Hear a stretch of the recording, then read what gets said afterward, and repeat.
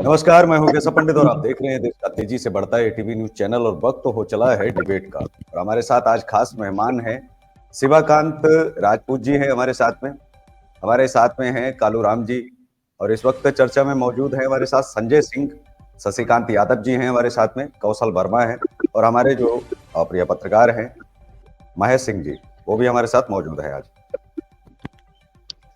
उत्तर प्रदेश की 24 सहकारी चीनी मिलों में जो कार्यरत कर्मचारियों की महंगाई भत्ता और उसके साथ ही जो प्रतिशत बकाया है, कर्मचारियों की वेतन विसंगति है, समयबद्ध जो वेतन मान जो सुविधाएं हैं, उन तमाम चीजों को लेकर के एक ज्ञापन जो है वह मुख्यमंत्री को भी जो है भेजा गया है और साथ ही उसकी प्रतिलिपियां कई जो है शासन में बैठे हुए मंत्रियों को भी भेजी गई है। आने वाले समय में अगर मांगे पूरी नहीं हुई तो चुनाव का भी बहिष्कार किया जाएगा। यहाँ तक कर्मचारियों को पहुंचने की जरूरत आखिर क्यों पड़ रही है? तो हम अपने चर्चा में जुड़े हुए सभी पीड़ित जो है मेहमानों से बात करेंगे और उनसे जानने का प्रयास करेंगे कि आखिर क्या जरूरत पड़ गई कि मुख्यमंत्री का दरवाजा खटखटाना पड़ा। शिवाकांत राजपूत जी, आप तक आवाज आ रही मेरी? संजय जी, आवाज पहुंच रही मेरी आप तक? जी पहुंच रही है जी। तो संजय जी, क्या जरूरत पड़ गई, मुख्यमंत्री का दरवाजा खटखटाना पड़ा और धमकी भी देनी पड़े कि हम चुनाव का बहिष्कार कर देंगे अगर हमारी मांगे नहीं मानी गई? तो ये क्या जरूरत पड़ गई? क्या मांगे मानी नहीं जा रही? जबकि बताया तो ये जा रहा है कि उत्तर प्रदेश के अंदर योगी सरकार है और सब खुशहाल हैं। जी सर, कोरोना काल में हम लोग जो है चीनी का उत्पादन किए और उसके बाद जुलाई 21 और जुलाई 23 का जो डीए है हम लोगों का, जो वेतन का हिस्सा होता है, वो आज तक नहीं मिल पाया। इसके लिए कई बार हम लोग प्रयास किए, प्रमुख सचिव से भी मुलाकात हुई, गन्ना मंत्री से भी मुलाकात हुई, लेकिन उसका रिजल्ट नहीं, सिवाय आश्वासन के कुछ मिला नहीं लगभग 1.5-2 साल से। और ये अत्यंत खेद का विषय है कि इस पे जो है कोई कहीं सुनवाई नहीं, ना कोई सुनने वाला है। तो इसलिए मजबूर होकर के हम लोग, हमारे संगठन के पदाधिकारी, हम सभी लोगों ने यह निर्णय लिया कि अगर समय रहते नहीं सुनवाई की गई तो हम लोग जो है इस चुनाव प्रक्रिया में हिस्सा, हम और हमारा मिल परिवार, अधिकारी कर्मचारी नहीं लेंगे। जी। शशिकांत यादव जी हमारे साथ, जो प्रदेश संगठन मंत्री हैं सहकारी चीनी मिल और असुनी कर्मचारी वेलफेयर एसोसिएशन उत्तर प्रदेश, मोरना चीनी मिल से। शशिकांत जी, क्या वेतन विसंगति क्या है, इसके बारे में थोड़ा सा विस्तार से आप बताएं कि वेतन विसंगति आपको कहाँ नजर आ रही है? दूसरा साथी कि होना क्या चाहिए, असल में आपकी मांग क्या है और सरकार क्या कर रही है? और इसके पिछली जो सरकार थी, जो अखिलेश सरकार में, क्या उसमें सुनवाई हुई थी या नहीं हुई थी? जी जी जी, आवाज पहुंच रही है आप तक?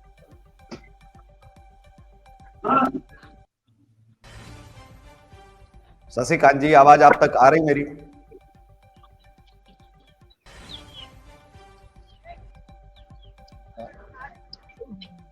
शशिकांत जी, आप तक आवाज पहुंच रही मेरी? मुझे लगता है पहुंच रही है। कौशल वर्मा जी, आप वेतन विसंगति के बारे में क्या बताएंगे? वेतन विसंगति है क्या? जी हाँ सर, वेतन विसंगति जो 7वें वेतन आयोग का जो सिफारिशें लागू होनी थी, वो चीनी मिलों में पूर्णतः लागू नहीं है। वेतन विसंगति क्या है? फिर दोबारा सवाल आप सुन लीजिए। कौन सा आयोग, क्या आयोग? आयोग पर जाएंगे तो बहुत लंबा पहुंच जाएगा। वेतन विसंगति है क्या? जी वेतन विसंगति जो फिटमेंट हमारा हुआ था जी, जो फिटमेंट हुआ था 7वें वेतन का, वो जो है न्यूनतम ग्रेड पे 1800 से स्टार्ट है, जबकि चीनी मिलों में अभी तक 1300-1400 ग्रेड पे दिया जाता है। तो जो जब 1800 से स्टार्ट है तो अभी तक जो है ये अशुद्ध रूप से क्यों मिल रहा है? हर जगह जो है, हर विभागों में 1800 से स्टार्ट है। अभी तक चीनी मिलों में 1300-1400 ग्रेड पे दिया जा रहा है, जबकि 7वां वेतन लागू होने पे पूरे 1800 से स्टार्ट होना चाहिए। जी, तो ये वेतन कब लागू हुआ था, किस सन में लागू हुआ था? 2016 दिसंबर 2016 में। 16 में। उससे पहले अखिलेश सरकार में जो है क्या कुछ हुआ था, उसके बारे में जानकारी है आपको? पहले 2016 में तुम्हारी लोग ज्वाइनिंग हुई है। जी, शशिकांत यादव जी फिर दोबारा जुड़ गए हैं। यादव जी, आवाज आप तक पहुंच रही है? आप तक आवाज पहुंच रही है मेरी, शशिकांत जी? सही काम नहीं कर रहा। अरे जी, संजय जी, जी और जो मांगे आपने, लगभग मांग पत्र आपका काफी जो है बड़ा है, जिसमें आपने 4-5 मुख्य मांगों को आपने बताया है उसमें कि जो संगठनात्मक लागू जो है नहीं किया गया है, सहकारी चीनी मिल और जो आसवानी में कर्मचारियों की पदोन्नति है, तो सहकारी चीनी मिल संघ स्तर से 3 दिसंबर 2021 में सभी चीनी मिलों को आदेशित किया था कि कर्मचारियों को पदोन्नति उनकी सेवा शर्तों के अनुसार की जाए, परंतु अभी तक किसी भी चीनी मिलों ने पदोन्नति की कार्यवाही को बार-बार अनुरोध करने के उपरांत भी पूर्ण रूप से नहीं किया है। नहीं अभी तक संघ और शासन द्वारा समयबद्ध वेतनमान भी लागू किया गया है। जी, इस पर आप क्या कहेंगे? उनकी तरफ से क्या लिखित उत्तर दिया जा रहा है, क्या मौखिक जवाब जो है आपको दिया जा रहा है? जी, अब इसमें सर समय से वेतन नहीं है, मेडिकल भत्ता नहीं है, कुछ विभिन्न श्रेणी के कर्मचारी हैं, उनकी छुट्टियां, समस्याएं तो बहुत सारी हैं, लेकिन प्रमुख जो है हम लोग जो 4 बिंदु दिए हैं, ये प्रमुख है। इनका समस्याओं का समाधान किया जाए। और समय से वेतन नहीं, रिटायर कर्मचारियों को पीएफ ग्रेच्युटी समय से नहीं मिल पा रहा है। और एक प्रमुख चीजें जो हम इस में बिंदु में अपने मांग पत्र में नहीं डाले हैं, वो ये है कि विद्युत सप्लाई किसी किसी चीनी मिल में 5 घंटे 6 घंटे मिल रही है, और जबकि शासन का आदेश है 18 घंटे मिनिमम सप्लाई आम नागरिकों को मिलना चाहिए। वो भी बहुत सारी चीजें हैं जो छूट गई हैं, उनसे कोई, लेकिन प्रमुख मांगे हमारी 4 जो है, ये मांग पत्र में जो है आपको दिया गया है, यही प्रमुख है। ओके, हमारे साथ कालूराम जी है, जो प्रदेश अध्यक्ष है सहकारी चीनी मिल और अश्विनी कर्मचारी वेलफेयर एसोसिएशन के। बहुत बहुत स्वागत है कालूराम साहब आपका। जी, आपका भी बहुत बहुत स्वागत है सर। जी, तो क्या जो आपने जो मांगी हैं, एक तो पहला सवाल हमारा तो ये है कि पिछली सरकार जो यादव सरकार थी, अखिलेश सरकार थी, उसमें क्या राहत मिली थी? क्या वह सरकार अच्छी थी, चीनी मिलों के हित में थी, या फिर इस सरकार में सुनवाई हुई है या बिल्कुल ही नहीं हुई है? जी, दोनों चीजें, दोनों सरकारों का आप अपना अनुभव बताएं कि आपका अच्छा अनुभव किस सरकार में रहा। जी जी सर, जी सर। जहां तक पिछली सरकार का बात है, माननीय अखिलेश जी हमारे मुख्यमंत्री थे जी, और उनके कार्यकाल में 2012 से 2014 तक हमने 2 साल संघर्ष किया। अच्छा, ये वेतन विसंगति को लेकर अपनी जो भी हमारी अन्य समस्याएं थी, मेन मुद्दा था वेतन विसंगति का, क्योंकि चीनी मिलों में 2014 में कोऑपरेटिव एक्ट लागू किया गया था, और हमारा 2 साल के संघर्ष के बाद 2014 में वे मांगी मानी गई थी।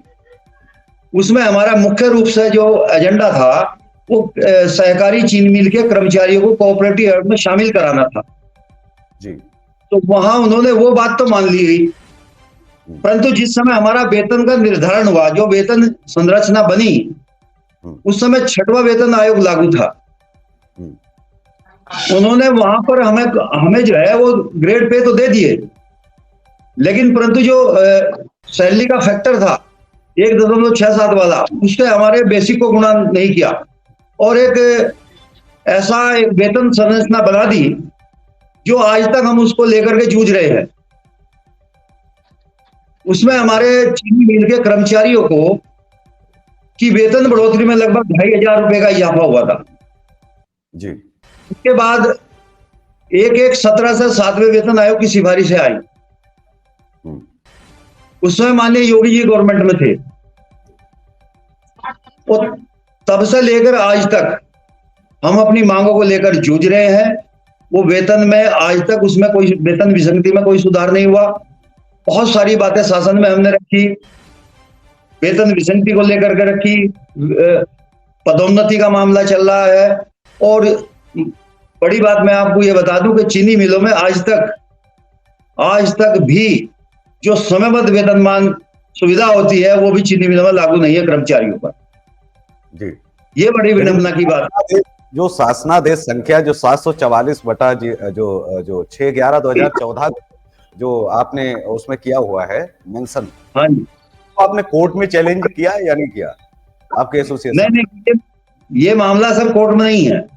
नहीं, मैंने शासनादेश की बात की। शासन आदेश अगर लागू नहीं किया जाए तो आप उसको कोर्ट में चैलेंज कर सकते हैं। आप उसको ये बता सकते हैं कोर्ट को कि शासन आदेश की तारीख से लेकर के अब तक नहीं किया गया है और कब किया जाएगा। इसको लेकर के क्या एसोसिएशन ने कुछ कानूनी कार्यवाही भी आगे बढ़ाने का कोई तरीका निकाला है कि केवल आंदोलन से ही काम चल जाएगा? ये जो 744 संख्या है 6/11/14 में ये लागू हुआ था सर, और इससे हमारा वेतन संरचना बनी थी, उसमें फिटमेंट फार्मूला आया था और वो फिटमेंट फार्मूला गलत बना था, उसकी डिमांड आज तक चल रही है जी। सहकारी। और उसमें जिक्र ये किया गया है, एक जिक्र ये भी आ रहा है कि कुछ लोगों की पदोन्नति होनी थी, बहुत सारे लोगों की, लेकिन किसी भी चीनी मिल में किसी भी पदाधिकारी की पदोन्नति नहीं की गई, उनके अच्छे कार्यों को देखा नहीं गया, मतलब कुछ भी ध्यान दिया ही नहीं गया। तो इसको लेकर के आपको कोर्ट की शरण एक बार ले लेनी चाहिए थी, एसोसिएशन को जाना चाहिए था कोर्ट में और कहना चाहिए था कि ये खुद के आदेश को जो है फॉलो नहीं कर रहे हैं, मान नहीं रहे। जी जी, सवाल इस पर भी विचार हुआ था और महंगाई के मामले को लेकर के हम कोर्ट में गए भी थे। महंगाई के मुद्दे को लेकर के हमारे जो प्रमुख सचिव थे श्री संजय आर भुसरेड्डी जी, उन्होंने हमारी सेवा नियमावली के विरुद्ध एक ऑर्डर किया था और वो उसको हमने कोर्ट में चैलेंज किया, फिर उन्होंने वो वापस ले लिया। उसके बाद हमारी 7% महंगाई जारी कर दी और आज भी टोटल मात्र 38% चीनी मिलों में महंगाई भत्ता लागू है। आज भी हम जो है 8% महंगाई भत्ता की इंतजार कर रहे हैं कि वो कब आएगा। और बीच बीच में शासन में बैठे हुए लोग आश्वासन जरूर देते हैं, हमारे संघ के अधिकारी वह भी आश्वासन दे रहे। मैं आपको एक जानकारी के लिए बता दूं, आज से 6 महीने पहले कमेटी का गठन किया हुआ है हमारे माननीय प्रबंध निदेशक महोदय ने, परंतु आज तक वो शासन में अप्रूवल के लिए नहीं गया अभी तक।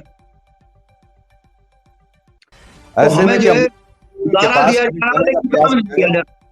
आपने जो है योगी सरकार कहा जा रहा है, वर्तमान समय में योगी सरकार बहुत बेहतर सरकार काम कर रही है, तो क्या कभी मुख्यमंत्री जी से मिलने के लिए कभी संगठन ने कदम उठाया है कि उनसे मुलाकात करके उनको सीधे सीधे उनके संज्ञान में लाया जाए कि ये बार बार हमारे साथ जो अत्याचार हो रहा है और हमारी सुनवाई नहीं हो रही है, उस पर जो है सुनवाई की जाए? जी सर, हमने 2-3 बार मिलने का भी प्रयास किया और चिट्ठियां भी भेजी है माननीय मुख्यमंत्री जी को, लेकिन हमें समय नहीं दिया गया। शशिकांत यादव जी, आवाज आ रही है आपको? यादव साहब, आपका एक तो ऑडियो म्यूट है और मैं लगातार आपसे 2 बार आपसे जुड़ने का प्रयास भी किया, मुझे लग रहा है कि या तो आवाज नहीं आ रही, अगर आवाज आ रही है जी, अभी आवाज आ रही है आपको? जी जी बिल्कुल। आप क्या कुछ कहेंगे विस्तार से कुछ मांगों का, जो आपने 4-5 मांगों का जिक्र किया है, उसमें कहाँ कहाँ अभी असुविधा हो रही है, पहले क्या था और अभी वर्तमान समय में आपकी क्या और मांगे इसमें बढ़ सकती हैं? जी, इनके बारे में थोड़ा सा विस्तार से आप बताओ, और साथ ही वो भी जो शायद हम सवाल न पूछ पाए क्योंकि हमें इसके बारे में इतनी अधिक जानकारी नहीं है, लेकिन आप चैनल के माध्यम से जो भी बात रखेंगे वह उच्च अधिकारियों तक तो जाएगी ही, साथ ही जो है सरकार तक भी हमारा पहुंचाने का पूरा लक्ष्य रहेगा। तो वो सवाल भी आप रखें और अपनी वो चीजें भी बताएं जो आप बताने के लिए चैनल पर आज जो है सभी लोग इकट्ठे हुए हैं और जुड़े हैं। जी बिल्कुल। उत्तर प्रदेश 24 सहकारी जो कि अभी पूरी तरह से संचालित है। हमने हर वर्ष प्रति वर्ष अपने लक्ष्यों को प्राप्ति करते हुए हमारे कर्मचारी अधिकारियों ने पूरा काम किया है। यहाँ तक करूँ, हम लोगों ने बहुत अच्छा काम किया, फिर भी हमारे साथ सौतेला व्यवहार किया जा रहा है। जैसे भत्ता, कर्मचारियों की पदोन्नति, कर्मचारियों का फिटमेंट, चाहे छठा वेतन हो चाहे 7वां वेतन हो, इसके लिए हम यहाँ तक अपने प्रमुख सचिव महोदया के पास भी गए, माननीय गन्ना मंत्री के पास गए और प्रबंध निदेशक द्वारा बार बार अनुरोध किया है, लेकिन इस पर अभी तक कार्रवाई नहीं की। हम बार बार लखनऊ जाते हैं, हमें एक आश्वासन दिया जाता है, इन्हें इस पे कार्रवाई की जाए। और हमने यहाँ तक मुख्यमंत्री पोर्टल पे भी कई बार रिक्वेस्ट डाल दी है, मगर वहाँ से ये लिख के आ जाता है कि आपको 38% महंगाई भत्ता दे दिया गया है, और जब भी मिल की वित्तीय स्थिति ठीक होगी या संघ की वित्तीय स्थिति ठीक होगी तो आपको दिया जाएगा। मेरा सबसे पूछना है, संघ से पूछना है और सरकार से पूछना है कि वित्तीय स्थिति किस पे डिपेंड है। मिल की जो